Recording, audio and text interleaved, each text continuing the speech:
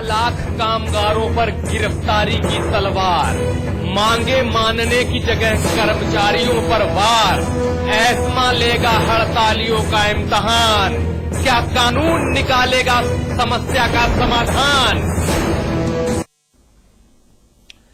तो राज्य कर्मचारियों की 16 सूत्रीय मांगों को लेकर आखिरकार चल रही हड़ताल को अखिलेश सरकार ने अवैध घोषित कर दिया है और हड़ताल पर आवश्यक सेवा अनुरक्षण अधिनियम यानी एस्मा ठोक दिया है। और अब ऐसे में सरकार और कर्मचारियों के बीच संघर्ष की नौबत भी आ सकती है। लेकिन अभी कर्मचारी संघ और सरकार के बीच बैठक का एक दौर जारी है, जिसके बारे में अपुष्ट खबर यह है कि यह भी टाएं फंस बेनतीजा।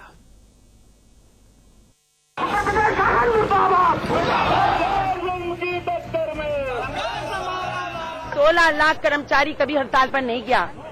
हाईकोर्ट ने कहा है कि 24 घंटे में इनसे बात करो, लेकिन बात करने के बजाय पूरी कैबिनेट मुख्यमंत्री सहित बैठी हुई है बरेली में।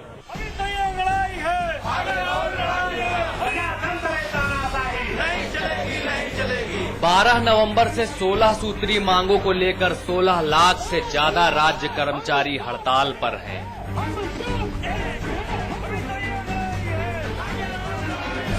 हड़तालियों की मांगे मानना माननीय मुनासिब नहीं समझते।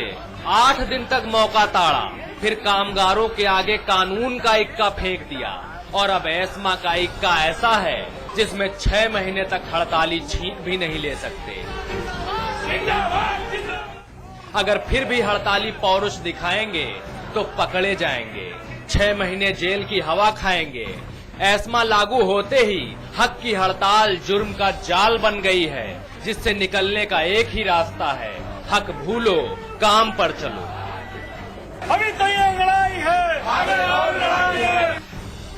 हड़ताल पर हाईकोर्ट ने सरकार से सीधे कह दिया था कि जरूरी सेवाएं किसी भी कीमत पर बाधित नहीं होनी चाहिए। बातचीत से हड़ताल का हल निकालो और 22 नवंबर को हलफनामा दाखिल करो। फिर 19 नवंबर की रात सपा सरकार ने अपने मातहतों को मात देने के लिए एस्मा को आखिरी रास्ता बना लिया।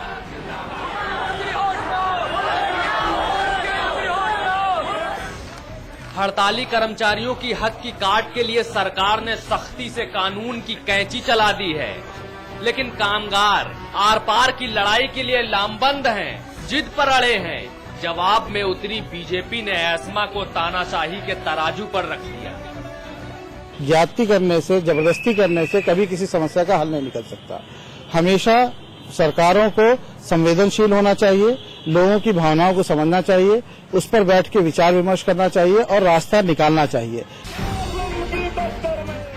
जो 9 दिन से चल रही है, जिसका जवाब कोर्ट तक ने मांग लिया है, जिससे लोग परेशान हैं, जिससे 4200 करोड़ के राजस्व को चूना लगा है, जिसकी काट के लिए कानून की किताब तक पढ़नी पड़ गई, उसके असर से साहब बेखबर हैं।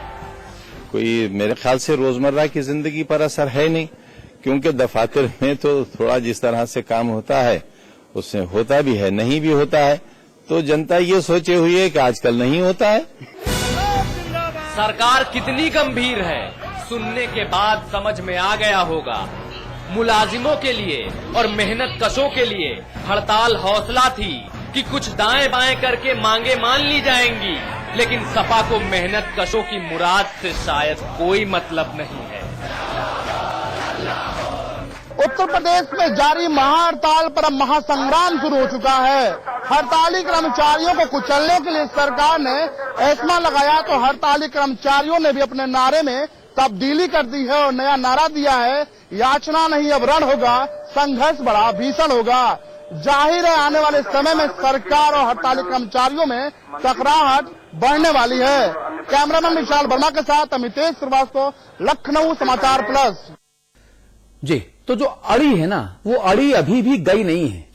कर्मचारी भी अड़े हुए हैं, सरकार तो खैर पहले से अड़ी थी, तो अब भी अड़ी हुई है। चर्चा शुरू करते हैं। हमारे साथ अमिताभ अग्निहोत्री जी हैं, आप हमारे मैनेजिंग एडिटर हैं। गोविंद पंत राजू हमारे साथ हैं, आप हमारे स्थानीय संपादक हैं।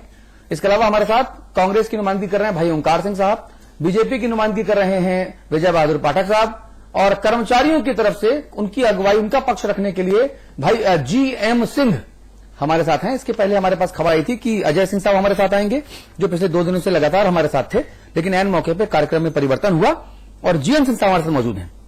जीएन सिंह साहब, मैं फ्री स्टाइल राउंड से ही चर्चा शुरू करता हूं। 3+3 6 मिनट का फ्री स्टाइल राउंड है हमारा, उसके बाद हम 2-2 मिनट के काउंटर इस्तेमाल करेंगे, चूंकि चर्चा 1 घंटे की है। जीएन सिंह साहब, एस्मा लागू हो गया है, धरपकड़ शुरू हो गई है, ऐसी खबरें हमारे पास हैं। आपके पास लेटेस्ट अपडेट क्या है? जी, अभी तो वार्ता चल रही है, वार्ता खत्म हो गई है, विफल हो गई है। हेलो हेलो, वार्ता विफल हो गई है। हेलो जी बोलिए जीएम सिंह साहब, आपकी बात आ रही है हमारे पास तक। वार्ता विफल हो गई है अभी हमारे कर्मचारी से।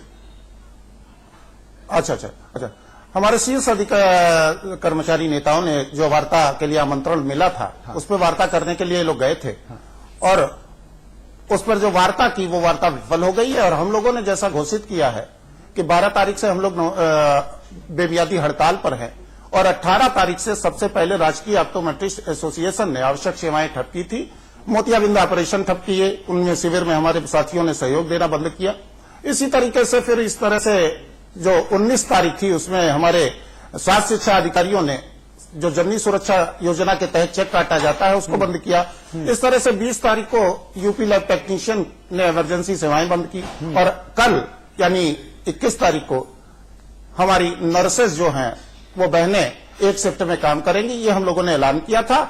और इस बीच जो राज्य सरकार ने एस्मा लागू किया है, निश्चित रूप से उनको कहीं ऐसा लग रहा है, और आज का जो प्रदर्शन हुआ है उसने एस्मा को ये बताने की कोशिश की गई है कि एस्मा या गिरफ्तारी या वेतन काटने या निलंबन जैसी कार्रवाइयों से हम पर कोई फर्क पड़ने वाला नहीं है। हम लोग इसी तरह अपनी मांगों को लेकर हमारे कर्मचारी नेता आंदोलित रहेंगे, और हम पूरी तरह से घटक संगठन के रूप में उनका सहयोग करते रहेंगे।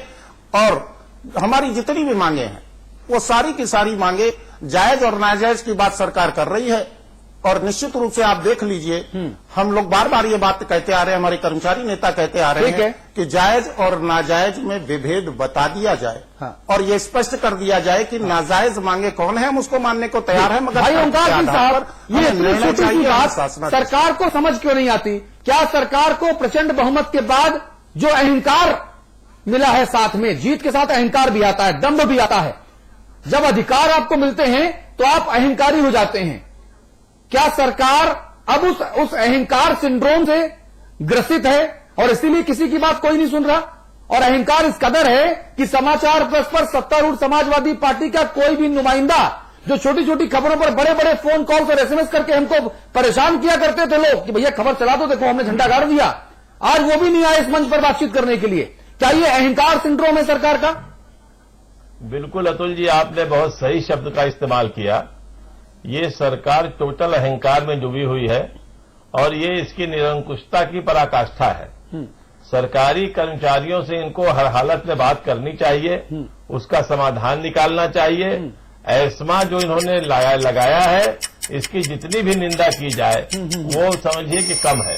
मैं इसकी बहुत ही कठोर शब्दों में इसकी निंदा करता हूं। और जिस तरह से ये कर्मचारियों को प्रताड़ित करने की योजना बना रहे हैं, इससे आने वाले समय में जनता को और परेशानियों का सामना करना पड़ेगा। क्योंकि जब काम अभी जब इतना सफर कर रहा है, उस समय जब ये गिरफ्तार करेंगे 2 दिन में किसी को नौकरी तो दे नहीं देंगे। और उसके बाद इनके परिवार पर क्या बीतेगी, इनके बीच का कैरियर कितना चौपट होगा। मैं तो बल्कि ये कहूंगा कि ये किसी भी हद तक जा सकते हैं। इनसे आप किसी चीज की उम्मीद मत कीजिए। इनमें किसी प्रकार की भावना नहीं रह गई है। ये दुर्भावना से ग्रसित हैं, अहंकार से ग्रसित हैं, और निरंकुश हो गए जी। विजय बहादुर पाठक, इनको ये समझ में नहीं आता है। देखा आपने आजम खान साहब का जो स्टेटमेंट था। ठीक है ओंकार सिंह साहब, ठीक है। विजय बहादुर पाठक साहब, ये आखिरकार हो क्या रहा है? कोई असीम वकार कल बैठे थे यहाँ पर, असीम वकार से अमिताभ जी ने भी बहुत तल्ख सवाल पूछे, उनके पास जवाब नहीं था, वो सैद्धांतिक बात करके यहां पर गए। कल गोविंद पंत राजू साहब भी थे। असीम वकार कहते हैं कि मुख्यमंत्री जी पिता हैं, और जो ये कर्मचारी जो हड़ताल कर रहे हैं ये उनके पुत्र जैसे हैं। जब अमिताभ जी ने सवाल पूछा कि कोई पिता अपने पुत्र से बिना मिले रह सकता है क्या, कोई पिता अपने पुत्र की मांगों को बिना सुने नाजायज करार दे सकता है क्या, तो डब्बा गोल हो गया। और आज देखिए उन्हीं अमिताभ जी की ही कल के सवालों की वजह से आज समाजवादी पार्टी का कोई बंदा जो है हमारे इस चर्चा में शामिल होने नहीं आया। तो क्या हम आंख बंद करके उस कबूतर की स्थिति में आ जाएंगे जिसके ऊपर दिल्ली के हमले का खतरा टल गया है? देखिए अतुल जी, मैं हड़ताल को लेकर के जितने भी प्रोग्राम हुए लगभग मैंने रात को तो मैं नहीं देख पाया, पर मैंने सुबह देखा। हाँ। और जो बात आप लोगों ने उठाई कि 16 लाख कर्मचारी हैं और उन पर अगर आश्रित 5 लोगों को मान लिया जाए हाँ। तो 80 लाख लोग प्रभावित हो रहे हैं। ठीक है। तो आखिर सरकार इस बात को क्यों नहीं समझ रही है? हाँ। कल जब कोर्ट का फैसला आया तो जो बातचीत का क्रम आज शाम को तय हुआ कि आज बातचीत करेंगे और वो बातचीत भी बेनतीजा रही। आखिर इन 8 दिनों में 9 दिनों में सरकार ये बता दे कि कितनी बार कर्मचारी नेताओं को बुलावा भेजा, कितनी बार बातचीत की पहल की, और अगर ये बातचीत और डायलॉग डिलीवरी नहीं हो रही है तो ये संवादहीनता क्यों? उसके बाद आज जो विषय सचिव गृह का बयान आया एस्मा के बारे में और जब वो ब्रीफ कर रहे थे तो उन्होंने कहा कि जो लोग इसको प्रोत्साहन देंगे, जो लोग कहीं से बढ़ावा देंगे, उनके लिए भी 1 साल की सजा है। हाँ। तो अगर चैनल और विपक्षी दल के लोग इनके हड़ताल के जायज मांगों का समर्थन करेंगे तो उनके लिए भी ये सावधानी। हम जेल जाने को तैयार हैं पाठक जी। पाठक जी पिछले 17 वर्षों से आज तक नहीं डरे, आज भी नहीं डरेंगे, जेल जाने को तैयार है। कम से कम सुनिए, आप जेल इलाके जाते हैं, काम नहीं करना पड़ेगा, मुफ्त का खाना मिलेगा जेल के भीतर। नहीं, लेकिन ठीक है वो सब चीजें, लेकिन जो कर्मचारी जायज मांगे कर रहे हैं उनकी सुनोगे कि नहीं सुनोगे? सवाल तो ये है। यह सरकार धमका क्यों रही है भाई? बातचीत करे ना। हाँ। जो लोग उत्तर प्रदेश के कर्मचारी हैं वो इसी राज्य के रहने वाले हैं। हाँ। इस सरकार के बनाने बिगाड़ने में उनकी भी भूमिका रही है। ठीक है। और अगर उनकी भूमिका रही है तो हाँ। उनकी बात कौन सुनेगा और क्यों नहीं सुनेगा? ठीक है, 2-2 मिनट नहीं सुनेंगे तो धमकाएंगे हमको। ठीक है, 2-2 मिनट का सेशन आपने अपने चैनल पर घड़ी लगा दिया। पाठक जी सुनने के लिए टाइम तय कर दिया कि हाँ इतने टाइम सुनेंगे। जब आप संशोधन कर सकते हैं तो सरकार क्यों नहीं संशोधन कर सकती है भाई? पाठक जी बहुत रोचक इंसान है आप। चलिए 2-2 मिनट का सेशन शुरू होता है, घड़ी अब भी लगी हुई है। Amitabh ji you start first please. देखिए, हाई कोर्ट ने जो निर्णय कल, जो निर्णय तो नहीं, जो ऑब्जर्वेशन अपना दिया था, हाँ। उस ऑब्जर्वेशन को सरकार ने या तो समझा नहीं या जानबूझ के उल्टा समझ लिया, जानबूझ के शरारतन। हाँ। पूछिए क्यों? हाई कोर्ट में जजेस ने जो कहा, बेंच ने, उसने कहा सरकार कानूनी प्रावधान जो है एस्मा जैसे, उनके बारे में तब सोचे जब बातचीत कर ले और बातचीत कोई नतीजा नहीं निकल पाए। यानी कम्युनिकेशन के जितने भी वो हो सकते थे वो एक्सप्लोर कर ले, जब वो सारे प्रयोग एग्जॉस्ट हो जाएं तब एस्मा की ओर जाए। ये हाईकोर्ट ने कहा बहुत स्पष्टता। सरकार ने क्या किया? बात आज की, एस्मा कल लगाया। कोर्ट ने कहा था बात पहले करो फिर एस्मा पर सोचना। सरकार ने एस्मा पहले लगाया फिर बात के लिए। ऐसा कहीं होता है क्या? दबाव बनाने के लिए गोली दिखा के, बंदूक दिखा के कहते हो आओ सौहार्दपूर्ण वार्ता करें।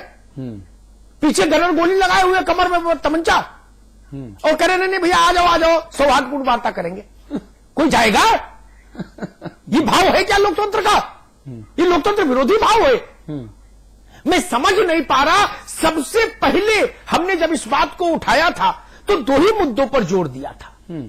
हम ही ने ये दिया था कि 16 में गुणे 5, 16 पंजे 80। हम ही ने ये कहा था समाजवादी पार्टी की सरकार से कि हुजूर ये सारे लोग हो सकता है इटावा के नहीं हो, क्योंकि 16 लाख आबादी बड़ी हो जाती है एक शहर में, बाहर छोटा शहर कहां पाएंगे, लेकिन ये इसी सूबे के लोग हैं, ये हमारे ही लोग हैं, ये विजाति नहीं, बाहर के नहीं, तमिलनाडु के नहीं। इनकी बात सुनने में क्या तकलीफ है? और जो नाजायज हो वो प्यार से समझा दीजिए, जैसे पिता अपने पुत्र को समझाता है। क्या किसी कर्मचारी संगठन ने कहा था कि नहीं हम बगावत करेंगे, एक भी मांग नहीं छोड़ेंगे? मेरे साथ बहस में सबने कहा हम सुनने को तैयार हैं, मानने को तैयार हैं, लेकिन सरकार ने बातचीत का रास्ता उस स्तर पर आज भी नहीं किया जिस स्तर पर होना चाहिए था। आज प्रमुख सचिव नहीं थे वार्ता में। हाँ। मैं शुरू से कहता रहा कि मुख्यमंत्री जी को होना चाहिए। आप मामला कार्मिक सचिव से निपटवा रहे हैं। जी गोविंद पंत राजू, जो बात अमिताभ जी कह रहे हैं, ये इस पूरी बातचीत का जिस्ट, इस पूरी बातचीत का मूल यही है कि माननीय हाई कोर्ट ने कहा कि आप पहले बातचीत कीजिए और अगर बातचीत के बाद आप ऐसे उपाय कीजिए या बातचीत के जरिए ऐसे उपाय कीजिए ताकि जरूरी सेवाएं आप प्रभावित रहें। सरकार ने पहले एस्मा ठोका, यानी कमर में तमंचा लगाया, और उसके बाद इन सबको बुलाया क्या भैया अच्छी तरह से सौहार्दपूर्ण वातावरण में बात करें। क्या सरकार के जो सलाहकार हैं उनकी मंशा ऐसमा लगाकर यह जताने की थी कि देखो